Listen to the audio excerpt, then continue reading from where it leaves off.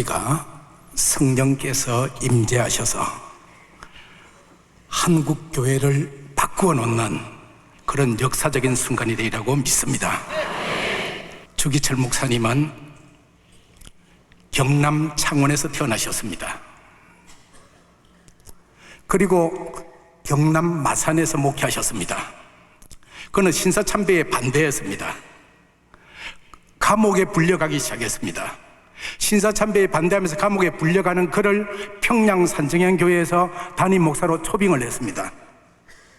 그는 평양에 가서도 신사참배에 반대하다가 감옥에 갔습니다.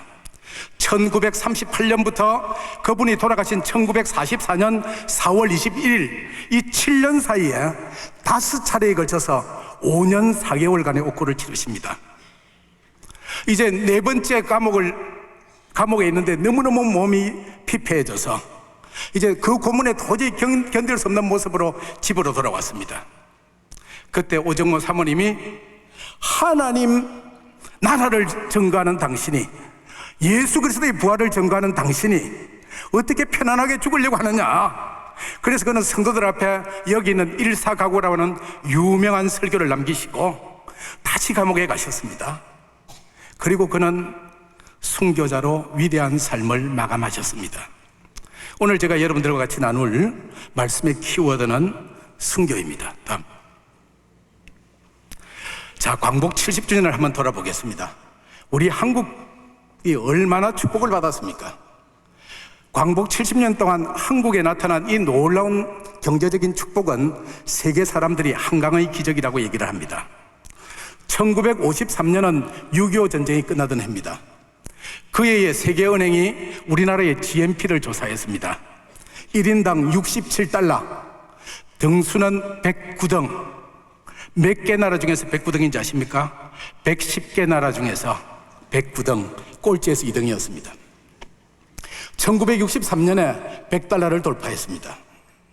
1977년에 1000달러를 돌파했습니다. 1995년에 10,000달러를 돌파했습니다. 그런데 IMF가 와서 후퇴를 했습니다.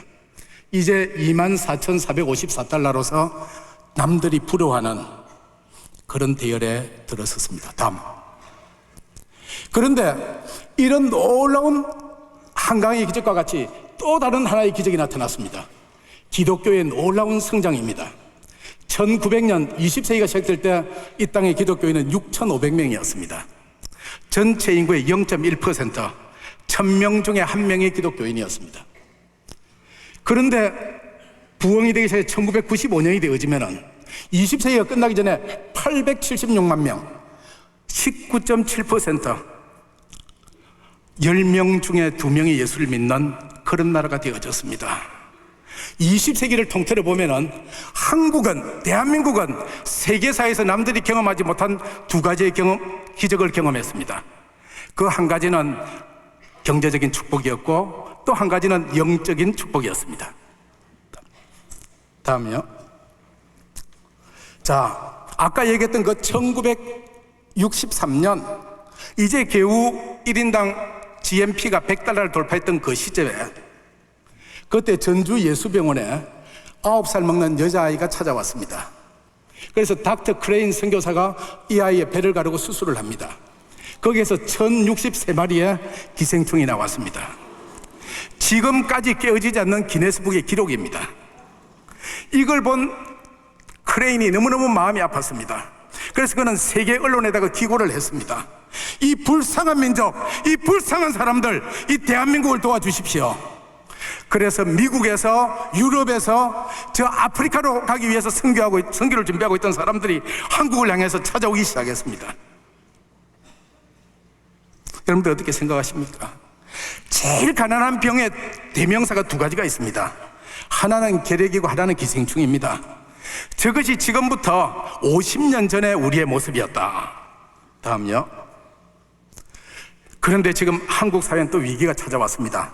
한국 경제의 위기가 왔다고 얘기합니다. 많은 사람들이 한국의 경제를 걱정하는 책들이 쏟아져 나오고 있습니다. 다음요. 그래서 청년 실업자들이 쏟아져 나와서 일자리를 달라고 저렇게 아우성을 치고 있습니다. 다음이요. 그뿐 아니라 안보에도 위기가 왔다고 합니다. 특히 저 사드 배치를 놓고서 지금 미국과 중국이 우리를 중간에 두고서 스스로 대립하는, 그래 그 불통이 고래 싸움에 새우등 터진다고 지금 우리가 정신 똑바로 차리지 아니하면은 우리가 굉장히 위험한 위기에 처해 있습니다. 다음, 한국 교회에도 위기가 찾아왔습니다. 많은 사람들이 이제 기독교의 영향력을 인정하지 않으려고 합니다. 저 보십시오. 2009년까지만 하더라도 100명 중에서 36명이 기독교가 이 땅에서 제일 영향력 있는 종교라고 얘기를 했는데, 이제 작년에는 100명 중에서 불과 9명만이 기독교가 이 땅에서 제일 영향력 있는 종교라고 대답을 합니다. 얼마나 부끄러운 일입니까? 다음, 이런 때에 대한민국의 국정을 책임지고 있는 박근혜 대통령은 한국의 이 위기를 돌파할 방법을 통일이라고 얘기합니다. 국민의 통일 비용에 대한 우려가 있지만은 통일은 대박이다. 작년 이맘때 드레스덴 가서 통일은 대박이라고 외쳤습니다. 그럼 통일은 과연 하나님의 뜻인가? 그렇게 한번 살펴보도록 하겠습니다. 먼저 오늘 북한 지역의 선교에 대해서 간단히 설명을 드립니다. 북한 지역의 선교는 1866년 토마스 선교사가 대동강에 와서 순교한 것으로부터 시작이 되어졌습니다.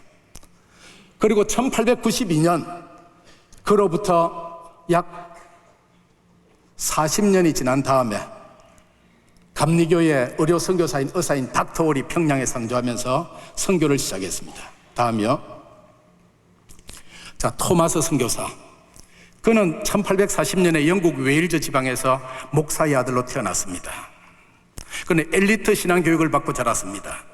영국의 명문대학을 졸업했습니다. 24살 때에 목사 안수를 받고 사랑한 아내와 함께 중국으로 파송이 되어집니다. 그런데 하나님도 무심하시게 그 이듬해에 사랑한 아내 캐롤라인이 아이를 놓다가 사산해버렸고, 그 과정에서 바이러스에 감염이 되어져서 모자가 같이 죽임을 당합니다. 토마스 목사는 기가 막혔습니다. 하나님이 살아계시다면 이럴 수가 있는가? 나를 이곳까지 오신 하나님의 뜻이 무엇인가? 그래서 그는 선교사직을 사표를 냅니다. 사표를 내고 지푸라고 하는 곳에 가서 세관의 통역원으로 일을 합니다. 근데 하나님의 섭리는 그곳에 있었습니다. 본래 중국 선교를 하려고 했던 그가 중국 선교사를 사표내고 지푸 세관에 와서 일하던 그때야 조선 사람 두 사람을 만나게 되어집니다. 그 사람들로부터 조선에 관한 얘기를 듣게 되어집니다. 그래서 그는 런던 선교에다 다시금 편지를 보냅니다. 내가 지난번에 목사 사표 낸 거 잘못했습니다. 내가 이제 중국이나 조선을 향해서 선교하고 싶습니다. 나에게 복직을 시켜주십시오. 런던 선교에서 복직 허가가 납니다. 그래서 그는 1866년에 제너럴 셔먼호를 타고 평양에 와서 죽임을 당했습니다. 불과 27살의 나이로 그는 한국 땅에 상륙도 못 해보았습니다. 그냥 대동강가에서 그는 순교를 했습니다. 그의 죽음은 성공한 죽음일까요? 아니면 실패한 죽음일까요?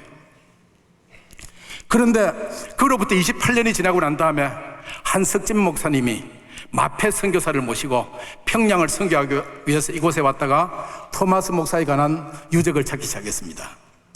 이 토마스 목사가 순교할 때에 그에게 성경을 전달받은 최치량이라고 하는 7살 먹는 소년이 있었는데, 이 소년이 그 성경을 가져다가 집에 벽에다가 도배를 했습니다. 그 사실을 알고 이 집을 돈을 주고 사게 되어집니다. 그곳에 널다리골 교회, 세계 최초로 새벽 기도가 시작이 되어진 평양 대부흥운동의 진원지가 되어진 장대현 교회의 전신이 바로 이 널다리골 교회입니다. 그럼 토마스 목사는 이 땅에 와서 27살 나이로 복음도 한번 제대로 외쳐보지 못하고 그는 허무하게 죽어갔지만은 그의 죽음은 헛되지 아니하고 성령께서 그를 거두셔서 한국교회 대부흥운동의 진원지가 되어지고 세계 최초로 새벽 기도가 일어나는 이 장대현 교회가 출범하게 되어지는 그런 영적인 역사가 있었습니다. 다음, 이 사람은 두 번째보다는 평양에 실제로 살기 시작한 최초의 선교사 홀에 관한 얘기입니다. 이 아들 홀입니다. 자기 아버지에 대한 일생을 회고를 하고 있습니다. 넘어가서, 자, 이 윌리엄 제임스 홀은 당시 감리교 의료 선교부에 의해서 중국의 선교사로 파송이 되어지게 되어 있었습니다. 그 옆에 있는 사랑하는 연인 로제타는 조선에 파송이 되어지게 되어 있었습니다. 아니, 한 사람은 중국에, 한 사람은 조선에 가서 어떻게 부부간의 가정을 이룰 수가 없지 않습니까? 그래서 두 사람들이 간절히 기도했습니다. 기도했더니만은 이 호를 우리나라로 올 수 있도록, 조선으로 올 수 있도록 역사해 주셨습니다. 그래서 두 사람이 평양에 온 그 이듬해에 결혼식을 올립니다. 조선에서 결혼식을 올린 최초의 외국인이었습니다. 다음. 이 닥터홀 부부가 여관 한 칸을 사서 저렇게 진료소를 꾸밉니다. 미국에서 의사로서 평화로운 풍요로운 생활을 누릴 수 있었음에도 불구하고 이런 곳에 와서 저런 사람들과 더불어 그는 삶을 시작했습니다. 다음. 그리고 저렇게 왼편에 있는 대로 고아들을 집에 데려다 길렀습니다. 오른편에는 그의 아내 로제타와 아들과 딸입니다. 다음이요. 그런데 이 제임스 홀은 1894년에 청일전쟁이 일어났을 때 그 청일전쟁의 주 무대가 평양이었습니다. 거기에서 많은 사람들이 상처를 입고 그들이 와서 수술을 요구하는 그 사람들에게 밤낮을 자지 아니하고 수술을 감당을 하다가 그냥 1894년에 34살의 젊은 나이에 순교하고 말았습니다. 하늘의 밀이 땅에 떨어져 죽지 아니하면 하늘 그대로 있고 죽으면 많은 열매를 맺느니라. 이 말씀처럼 닥터홀은 죽었습니다. 다음이요. 마펫은 얘기하기를 홀은 주님의 명령에 따라 살다가 죽었다. 예수님의 명령함에 항구에 가까이 왔고 다시 명령함에 하늘나라에 갔다. 닥터홀은 동방의 예루살렘 평양을 만드는데 가장 큰 공헌자는 이 닥터홀이라고 얘기를 합니다. 다음이요. 이 기홀병원 열매를 보시겠습니다. 남편이 죽자 그 아내는 뱃속에 있던 그 딸아이를 데리고 아들과 함께 미국으로 건너갑니다. 그래서 미국의 교회들 돌면서 가는 곳마다 호소를 합니다. 지금 조선 땅은 사람들이 살 수 없는 그런 열악한 가운데 있습니다. 그들은 예수를 알지도 못합니다. 내 남편이 그곳에서 그들에게 복음 전가하고 예수 사랑을 전가하려다가 이렇게 순교를 당했습니다. 여러분들 이곳 평양에 병원을 세울 수 있도록 헌금을 해 주십시오. 그렇게 해서 그는 모아진 헌금을 걷어와서 평양 기독병원을 짓습니다. 다음 장 볼까요? 이렇게 해서 지어진 아름다운 교회, 당시 우리나라에서 제일 좋은 교회를 홀 기념병원이라고, 기홀병원이라고 지었습니다. 당시 평양의 인구가 5만 명이 채 안 됐는데요, 1년에 이 병원을 떠나던 환자가 13,400명이 넘었습니다. 그러니까 당시 평양 시민치고 이 기홀병원의 혜택을 안 본 사람이 거의 없습니다. 그래서 평양을 동방의 예루살렘을 만드는데 결정적인 역할을 한 것이 바로 기홀병원이라고 얘기를 합니다. 다음. 그의 아들은 선교사가 되기 싫었습니다. 아버지와 어머니의 그 비참한 모습이 싫었습니다. 그래서 그는 한국을 떠나서 영국 가서 사업가가 되려고 합니다. 그런데 어느 날 엄마가 그의 손을 잡고서 지금 장대현 교회에서 대부흥운동이 일어나고 있는데 원산에서 한 유명한 선교사가 와서 복음을 전한다니까 우리 가서 말씀을 들어보자. 그날 저녁에 그는 깨어졌습니다. 자기도 아버지의 뒤를 따라서 의사가 되어지고 선교사가 되기로 결심을 했습니다. 그래서 영국에 가서 의학을 공부하고 역시 의사인 아내와 함께 한국에 와서 복음을 전가하기 시작합니다. 다음. 그렇게 해서 이 셰우드 홀이 아버지와는 다르게 있는 내과 의사가 되어져서 우리나라 결핵 환자들을 위해서 크리스마스 씨를 발행하기 시작하는 것이지요. 다음.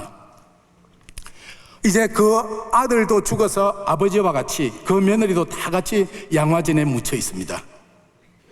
이들이 왜 죽었을까요? 누구 때문에 죽었을까요? 예수 때문에, 한국 사람들 때문에 이들 일가는 이렇게 거룩한 순교의 죽음을 택했습니다. 다음. 자, 여기 보십시오. 닥터 하디라는 사람이 나옵니다. 조금 전에 얘기했던 홀이 아버지 어머니의 그 어려운 생활을 보고 나는 선교사가 되지 않겠다. 그가 영국 가서 사업을 하려고 한 그때에 그에게 도전을 주었던 하디 선교사의 얘기입니다. 다음.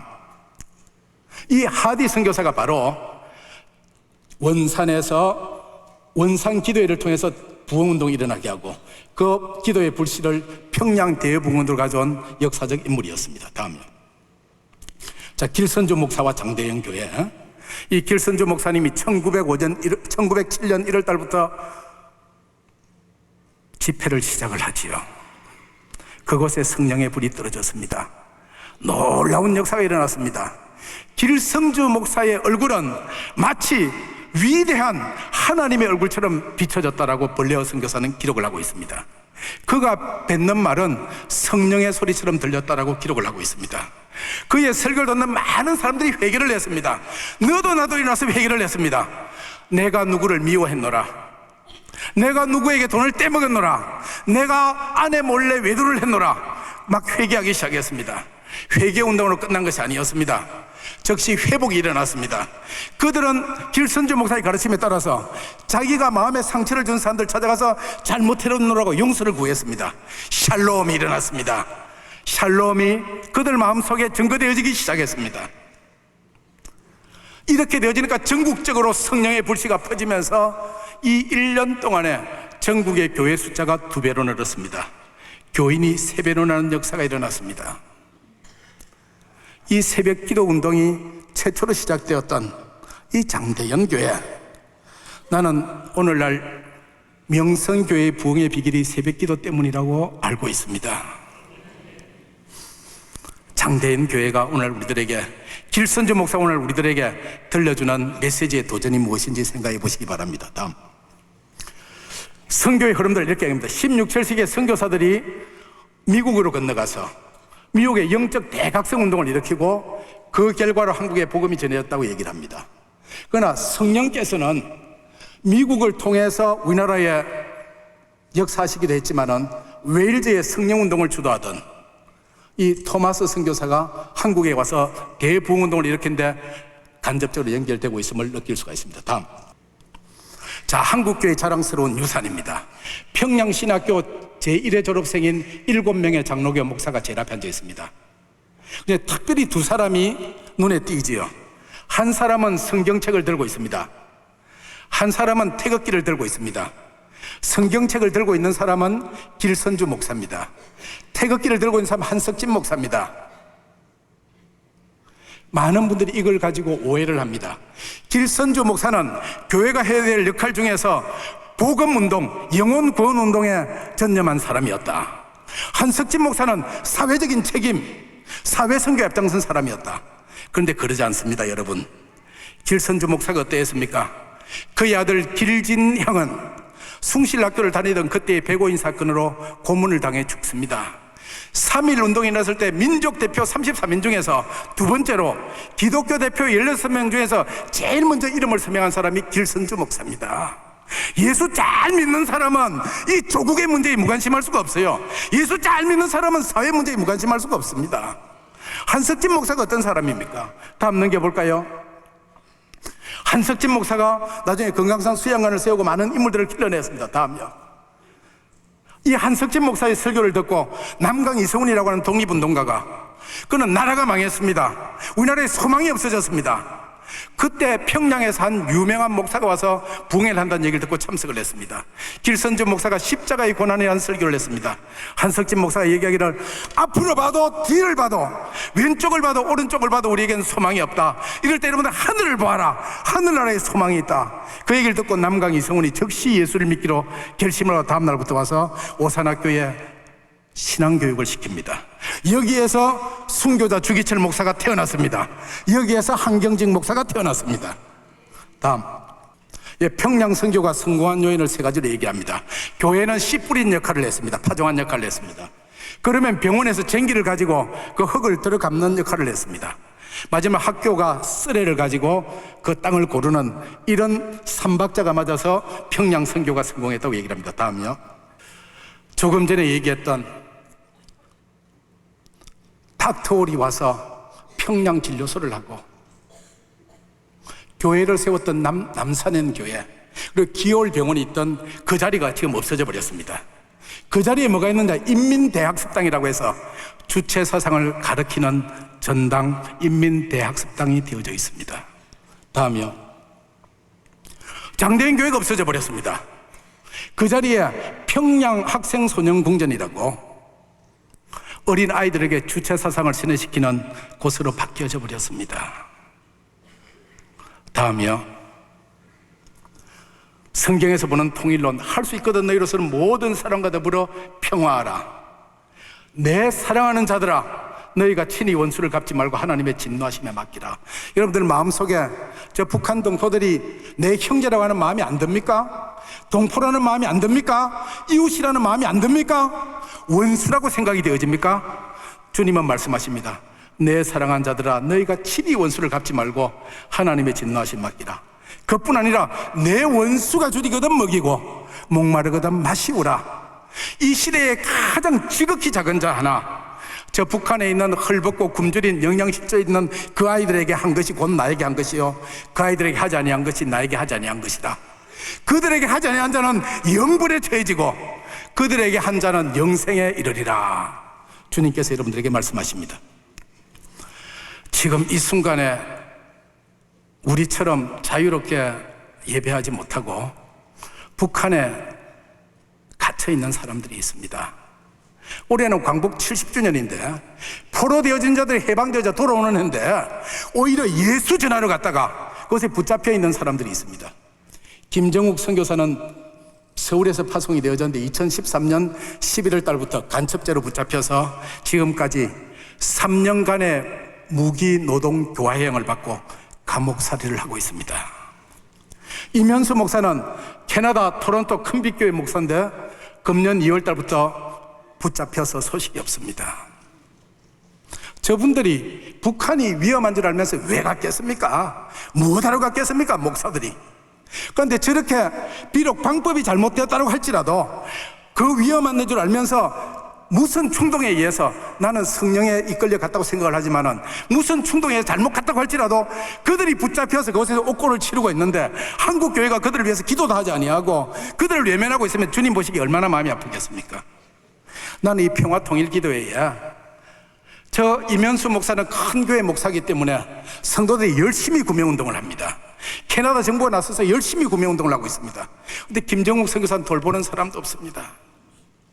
이 평화기도의 시간에 김정욱 선교사 사모를 한번 불러다가 좀 위로해주고 기도해주고 하면은 얼마나 큰 격려가 되겠습니까? 목사가 복음 전가하기 위해서, 목사가 예수 사랑 전가하기 위해서 감옥에 가 있어도 그를 외면하고 아는 척 하는 이런 한국교회, 누가 이 한국교회를 신뢰를 하겠습니까? 다음이요. 저는 1997년부터 2009년 5월달까지 100여 차례 북한을 방문했습니다.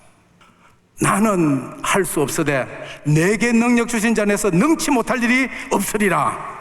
갈 때마다 이 말씀을 가슴속에 묵상하고 갔더니만 하나님이 길을 열어주셨습니다. 2002년에는 난데없이 북한의 최고위층의 관리가 당신들 한국교회 사람들 데리고 북한 선교 여행 한번 와라. 그래서 대한항공 전세기에 300명을 태우고 북한에 가서 예배를 드린 기적 같은 일이 일어난 것이지요. 2007년 하나님 평양 대붕운동 100주년인데 이곳에 평양에 가서 좀 기도하게 해주십시오. 성령님이 함께 하시니까 고려항공 비행기가 내려와서 김포공항에서 100명을 태워서 우리가 저곳에 가서 찬양을 하고 새벽마다 기도했지 않습니까? 우리는 할 수 없으되 하나님이 함께 하시면 능치 못할 일이 없습니다. 금년 광복 70주년 되는 올해에 북한에 잡혀있는 김정욱 선교사와 이면수 목사가 풀려서 이 땅으로 돌아오고 그곳에 가서 예배를 드리고 그곳에 있는 성도들과 하나님 앞에 간절히 울면서 기도하는 그런 역사가 있기를 주님의 이름으로 축원합니다. 불가능한 일입니까? 아닙니다. 하나님이 함께 하시면은 우리는 이를 이룰 수가 있습니다.